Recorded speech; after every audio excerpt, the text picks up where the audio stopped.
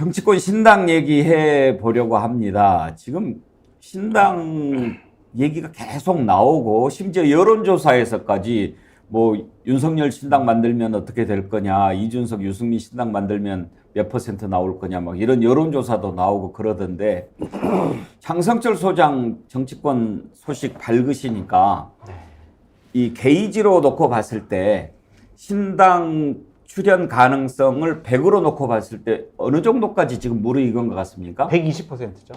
출연 가능성은 100% 넘었어요. 왜냐하면 어제 이준석 대표가 신당 창당하겠다라고 선언했다라고 볼 수밖에 없는 말을 했습니다. 어제 그 얘기를 신당 창당 선언으로 해석하십니까? 그렇게 봐야죠. 그러니까 일단 그러면 그 얘기 한번 들어봅시다. 네. 그리고 가보죠. 이준석, 유승민 신당은 낭설입니까? 적어도 제가 유승민 의원님은 상의하고 있지 않습니다. 그러면 유승민 전 의원 빼고 네. 이준석 중심의 신당은 전혀 근거 없는 낭설입니까? 준비하고 있지도 않고요. 예. 그런데 제 입장에서는 배제하지 않고 있습니다. 뭔 얘기야 그러면? 네? 지금은 준비하지 않고 있지만 나중에는 할 수도 있다 이런 말씀이십니까 정리하면? 그게 뭐 해석이 어려운가요? 그런 거죠. 그런 거요? 네. 그래서 일각에서는 신당 띄워봤자 함께 하려고 하는 사람이 몇 명이나 되겠느냐라고 하는 그런 얘기도 많이 나오는데 많을 거다고 보시네. 그러면 이준석 신당을 뜨면 신당이라는 건요. 신당 형식이나 아니면 지향점에 따라서 굉장히 달라지는 겁니다. 저는 신당을 고민하고 있지 않지만은 네. 제가 신당을 만약 하게 된다면은 저는 비례 신당 같은 거 할 생각 없습니다. 아 지역구에 무조건 낸다. 아니 저는 예를 들어 비례 신당에서 이준석의 입성 그 자체를 목적으로 하는 무슨 뭐 이런 비례 2번을 두고 다툴 거다 이런 얘기도 있던데. 그러니까 그 사람들이 하는 예측은 뭐 이준석이 나가면 3, 4% 받을 거다 해서 매번 그냥 예측해놓고 부끄러움 모르고 다음날 와서 또 다른 예측하고 이런 거잖아요. 그러니까 그 사람들은 예. 그냥 이제 뭐 이제 부끄러움을 모르는 상태까지 된 거예요. 그러니까 그렇고 제가 얘기하고 싶은 거는요. 그 신당이라고 하는 건요. 대한민국 새로운 지향점이 나와야 되는 것이고 그렇죠 물론이죠. 할 거면은 오히려 정당으로서 진짜 무슨 정의당 같이 이념 정당 할 거 아니면은 현실적으로 다수당이 되기 위한 목표를 추진할 수 있는 형태로 가야 된다. 무조건 이렇게 봅니다 저는. 그러면 거의 대부분의 지역구에 후보 낼 수도 있다. 후보 내는 거 이전에요. 그 전에 어느 정도 사람들이 생각하는 스펙트럼보다 훨씬 넓게 시작할 겁니다. 그거는.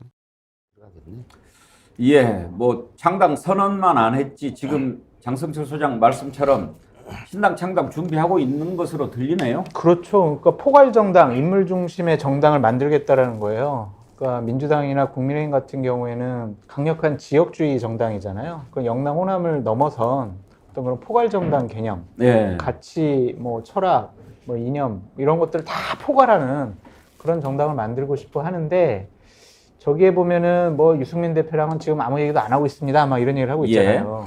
근데 그 뒤에 또 한 얘기가 있어요. 제가 뭐 이준석 대표님하고 위주할 고주할 뭐 처음부터 이렇게 상의할 필요가 없는 관계입니다. 이런 거거든요. 결국에는 두 분이 같이 하게 되지 않을까라고 전망해 봅니다. 두 가지만 여쭤볼게요. 지금 이준석, 유승민 함께 할 거다라고 하는데 신인규 변호사가 어제 이제 국민의힘 탈당하지 않았습니까? 신당 만들겠다고 또 얘기를 했는데 이런 신인규 변호사 등 젊은 정치인 다 포함되는 당일 것 같습니까? 신인규 변호사가 혼자 독자 정당을 하기에는 어렵죠. 그렇기 때문에 결국에는 유승민, 이준석과 함께 하게 되지 않을까라는 좀 생각이 들어요. 신인규 변호사도 이런 얘기를 했죠. 이준석 대표나 유승민 의원 같은 경우는 인지도가 높고 그분들은 정치를 어떻게 해야 되냐라는 당위성 부분에 상당히 장점이 있고 본인은 조직에 장점이 있다. 그리고 정치 실무에 장점이 있다. 이 두 분들이 합쳐지게 되면은 상당히 시너지 효과를 나타낼 수 있기 때문에 결국에는 이준석 전 대표도 신당 만들려면 신인규 변호사의 그 조직력과 또한 실천력이 필요하게 되지 않을까라는 전망을 해봅니다. 두 번째 질문은 성공 가능성 어떻게 보십니까? 현재로서는 성공 가능성이 있죠. 그러니까 많은 국민들이 양당 정말 지역주의 거대 정당 맨날 싸워. 윤석열 싫어, 이재명 싫어. 이러한 분들이 합리적이고 상식적인 분들이 그냥 중심을 좀 잡아줬으면 좋겠다. 캐스팅 보트 역할을 해줬으면 좋겠다. 라고 생각하는 분들이 점점 늘어날 것 같아요. 그래서 지역에서 후보를 내가지고 당선되긴 어렵겠지만 정당 투표를 통해서 비례대표의 다수석을 좀 차지할 수 있지 않을까 그런 생각이 들어서 저는 이준석 대표가 얘기한 제가 뭐 비례정당 만들어가지고 제 당선되고 저 뺏지다는 게 그게 중요한 게 아닙니다. 라고 얘기를 했지만 그거는 신당 만드는 데 있어서의 명분과 당위성 부분이고 본인도 좀 그런 쪽을 통해서 배지를 다는 게 훨씬 더 안전한 길이 아닐까라고 전망해 봅니다. 알겠습니다. 김두수 대표 전망을 한번 들어보고 싶은데 일단 신당은 뭔가 하나 만들어지겠죠. 네, 지금 상황으로 보면 신당을 안 하면 바보죠. 바보다. 예, 이거는 뭐 지금 현재 이제 대통령으로부터 해서 이 국민의힘이라고 하는 보수 정당이 정말 어떤 의미에서는 쪼그라졌거든요. 이게 넓은, 그러니까 보수의 저번 분석처럼 30% 20%가 있고 이쪽에 50%가 있다면 반반을 본다면 이 30% 영역을 차지하고 있어야 할 이 어떤 그 보수 영역이 극우 쪽으로 이동했단 말입니다. 어떤 의미에서 정통 보수도 아니고 또 이준석 대표가 표현했듯이 뻐꾸기 알 탕란이다. 예. 정통 보수가 아니다 이제 규정을 했기 때문에 본인이 30을 차지하겠다 이렇게 선언한 겁니다, 사실. 그래서 정말 그 정통 보수를 경쟁한다면 이준석 대표가 20이 아니라 30이 될 수도 있다 생각이 들고, 만약 인요한 핵심이 실패하고 그다음에 대통령 쪽에 검사 뭐 30명 내리 꼽으면서 여전히 대구 경북에 기반한 기득권이라면 대구 경북 사람들 입장에서 고양이를 키울 것인가 호랑이를 키울 것인가 하면서 이준석 대표가 만약에 대구에 출마하면 대구에서 바람이 불 가능성이 높고요. 그렇게 되면 이제 수도권이라든지 이런 데서도 지금 이제 수도권 경쟁력이 없는 국민의힘이 아니라 이준석 당으로 옮겨갈 사람이 많아지니까 진짜 보수에서 30과 20이 뒤집어질 수도 있다. 저는 이렇게 생각합니다. 그러면 김두수 대표 보시기에 지금 일단 보수 쪽에서 새로 출연하는 신당이 네. 극우에서 조금 멀어져 극우로부터 좀 거리를 두려고 하는 그런 정통 보수 이념 신당이 될 것 같습니까? 아니면 반윤 신당이 될 것 같습니까? 일단 뭐 정치적으로 가장 말하기 쉬우면 반윤 신당이죠. 반윤 신당인데 이념적으로는 안보 보수에서 경제 보수. 그러니까 흔히 말하면 아스팔트 보수에서 시장 보수. 이런 식으로. 그다음에 이준석 대표가 가지고 있는 이미지가 상당히 이제 자유주의라고 하는 그리고 좀 더 그러니까 보수가 정통적으로 가지고 있는 전통을 기반하고 뭐 규율을 강조하는 이런 데서 좀 자유로운 영혼처럼 보이지 않습니까? 이런 측면이 있기 때문에 지금까지의 보수를 중도 보수가 한 20 정도밖에 안 되고 정통 보수가 30이라고 했던 이 구도가 허물어질 수 있는 예. 상당히 그런 뒤흔들 수 있는 그런 것들이 가능하고, 거기에다가 또 어떤 의미에서 가파드, 김종인 이런 분들이 만약 이준석 쪽에 힘을 실고 이러면 판이 뒤집어질 수가 있죠. 예. 자, 신당이 일단은 만들어질 거다. 이건 뭐 100%다. 이렇게들 얘기를 하시는데, 그러면 그 신당으로 갈 사람들이 누구냐 하는 것도 궁금한데, 김병욱 교수께서는 지금 국민의힘이 있잖아요. 네. 이게 쪼개질 거라고 보십니까? 저는 그거 쉽지 않을 거라고 생각합니다. 왜냐하면 지금 말씀하시는 게 이제 지금 처음으로 제3정당이라고 하는 것이 얘기가 나오니까 관심이 많은데요. 실제 주연은 아니에요. 조연들인 거죠. 그러니까 상수가 아닌 거죠. 변수일 수밖에 없습니다. 그러니까 국민의힘과 윤석열 대통령이 얼마나 계속 이렇게 못하는가에 기댈 수밖에 없는 거고, 민주당이 과거와 다르게 혁신할 수 있는가 없는가 기댈 수밖에 없는 거예요. 많은 국민들은 너희들이 잘하니까 나와야 되라고 얘기하는 게 아니라 둘 다 못하니까 나오라고 얘기하는 거기 때문에 지금 제3정당을 준비하는 사람들이 아무리 잘한다고 하더라도 두 개의 기득권 정당이 지금보다 더 나은 방식으로 가게 되면 공간은 좁아질 수밖에 없죠. 공간이 좁아들게 되면 그 사람들이 나오겠습니까? 못 나오는 거죠. 그러니까 많은 분들은 새로움을 추구하죠. 그래서 과거에 예를 들면 친박연대, 그러니까 영남 지역과 비례를 결합한 거랑 국민의당, 그러니까 호남 지역과 비례를 결합한 방식을 통해서 기득권 정당에 대해서 한쪽은 지역구로 한쪽은 비례로 이렇게 응징하는 형태가 있었었는데요. 그렇다고 하더라도 그 정당은 떴다방에 불과했었죠. 그러니까 자기 정체성을 갖기 어려운 구조인 거죠. 그러니까 저는 선거구제 개편 등 우리 정치 체제를 바꾸지 않는 한 소위 이 소선거제 하에서 양대 기득권 정당을 제외한 제3정당이 설 자리가 매우 협소한 측면이 분명히 있기 때문에 지금 당장은 반짝하고 거기에 대한 희망을 갈지 모르겠습니다만 그런 자양문들을 만들어낼 만한 능력이 있을까라고 하는 부분에서는 좀 회의적인 측면이 있고요. 저는 뭐 개인적으로는 그것이 잘 돼서 한국 사회가 다당이라고 하는 형태로 갔으면 좋겠다라는 바람은 있습니다만 현실적으로 이준석이라는 인물, 유승민이라는 인물 또는 민주당에서 나온 뭐 일부의 인물들이 그 정도의 국민적 요구를 대변할 수 있는 것인가에 대해서는 저는 약간은 좀 회의적이어서 이 두 분에 비해서는 좀 야박한 평가를 낼 수밖에 없는 상황. 공감이 가는 말씀입니다. 그러니까 김준혁 교수, 우리가 그동안에 대선이나 총선 앞두고 신당 이런 얘기가 나왔을 때 항상 그 중심에는 제3 정치 세력이라고 하는 그런 시각이 있었거든요. 그러니까 기존 정당 정치에 환멸을 느끼고 또 기존 정치인들한테 혐오를 느껴서 뭔가 새로운 정치 세력이 필요하다. 그렇게 해서 이제 신당이 만들어지지 않았습니까? 네.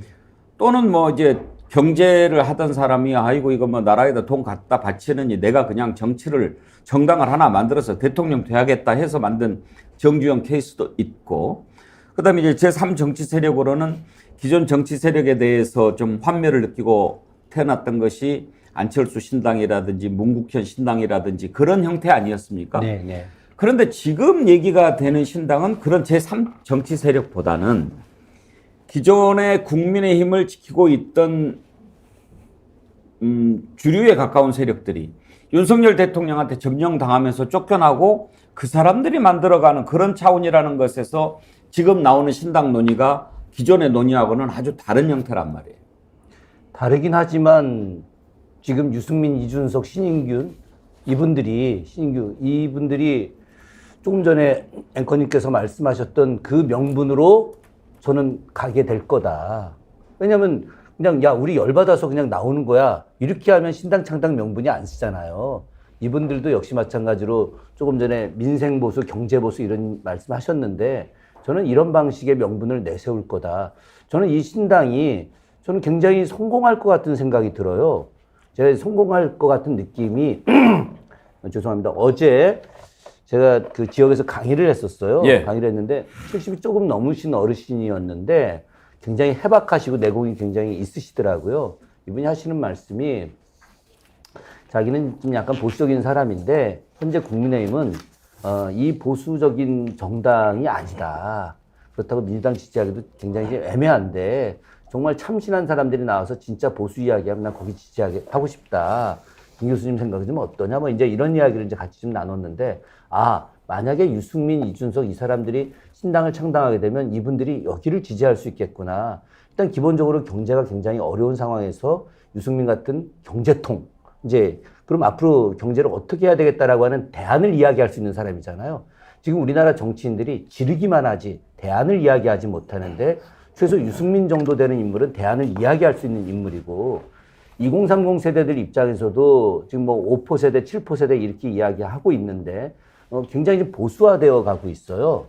이 사람들이 봤을 때는 젊고 깨끗하고 신선한 보수가 나온다. 그러면 지지할 수 있는데 이준석 같은 사람이 그런 케이스고 신인규 변호사 같은 사람이 그런 케이스란 말이죠. 그럼 2030 세대 한 축은 그 이준석, 신인규 그리고 여기에 경제를 이제 다시 되찾고 정통 보수를 원하는 이제 한 50대 이후의 중년들 또 고령층들은 유승민 이렇게 된다면은 상당한 파괴력을 가진 저는 최소 20%대를 차지할 수 있는 그런 정도의 신당이 되지 않을까 생각을 합니다. 예. 지금 이렇게 신당을 쭉 들여다보고 있는데 아직은 민주당은 이재명 대표 체제가 견고하다고 볼 수 있기 때문에 그쪽은 얘기가 덜 나오는 상황이죠. 일단 지난번에 구속영장 기각되고 또 보궐선거에서 이기면서 이재명 대표 체제가 더 강해졌다 이렇게 볼 수 있으니까요. 문제는 이준석, 유승민 이쪽에서 신당을 만들었을 때 민주당 지지자들 표까지도 잠식할 수 있다. 이런 분석이 나온다는 점입니다. 그 내용 한번 살펴볼 텐데요. 유인태 전 국회 사무총장도 그런 점을 얘기했습니다. 들어보시죠. 가령 뭐 이준석, 유승민제 저런 당이 생기잖아요. 네. 따로 나가서 하잖아요. 예. 그럼 지역구 선거에서 이 국민의힘이 굉장히 어려워진다고 그러는데 그건 그렇지 않아요. 그래 그러니까 여당에 굉장히 이게 타격을 줄 것이다는데 그건 아닙니까? 오히려 민주당 표를 더 많이 가지고. 그렇게 보세요. 예. 그건 왜 그렇게 보십니까? 아니 그러니까 지금 이 대통령 저 국정 지지도를 예. 보면은 이 중도라고 하는 사람들 쪽에서도 뭐 거의 뭐 7대3 이 정도로 저 민주당을 부정적이잖아요. 그게 이제 중도 표를. 근데 거기가 주로 그 표를 가지고 간단 말이죠. 대통령에 대해서 상당히 그 이제 국정 수행에 대해서 부정적인 표. 김두수 대표 어떻게 생각하십니까, 저 발언? 일단 유인태 의원은 좀 이제 멀리서 바둑판을 보면 좀 잘 보이지 않습니까? 이제 그런 측면에서 일반적인 수준에서의 뭐 좋은 일이라고 생각이 들고요.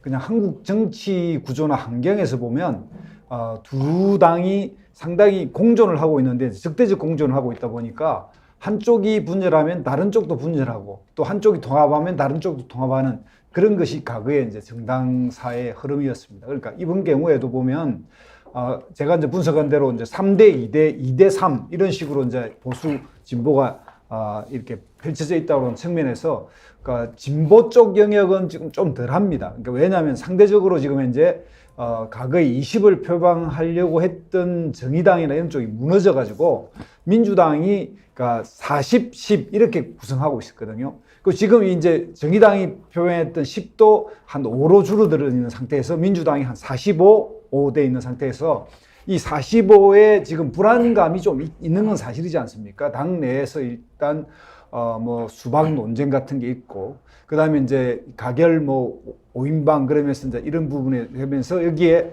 당내 어떤 열성당원이라고 하는 개딸들이 이제 집중적으로 이 부분에 대해서 이제 부각시키면서 당내 이제 이런 사람에 대한 이제 경쟁 그 구도가 지금 경선에서 대항마들이 쭉 생기면서 이 부분이 이제 갈등 요소로 등장하고 있거든요. 요걸 이제 종선을 공천하는 쪽에서 결선 투표제라든지 뭐 이런 식으로 제도적 보완을 하지 않으면 극단적으로는 그러니까 이제 저희 친명과 비명 이런 식으로 대결하게 되면 거기에서 불리하다고 생각하는 쪽들이 튀어나와 버리면 자연스럽게 45 정도의 포션을 가지고 있는 데가 다시 10이 분리돼 나올 가능성이 있는 거죠. 그래서 그런 영역의 어떤 가능성 때문에 여전히 이준석 신당에 오는 파고가 민주당에도 미칠 가능성이 있다. 그 잠재성은 여전히 있다 이런 생각이 듭니다.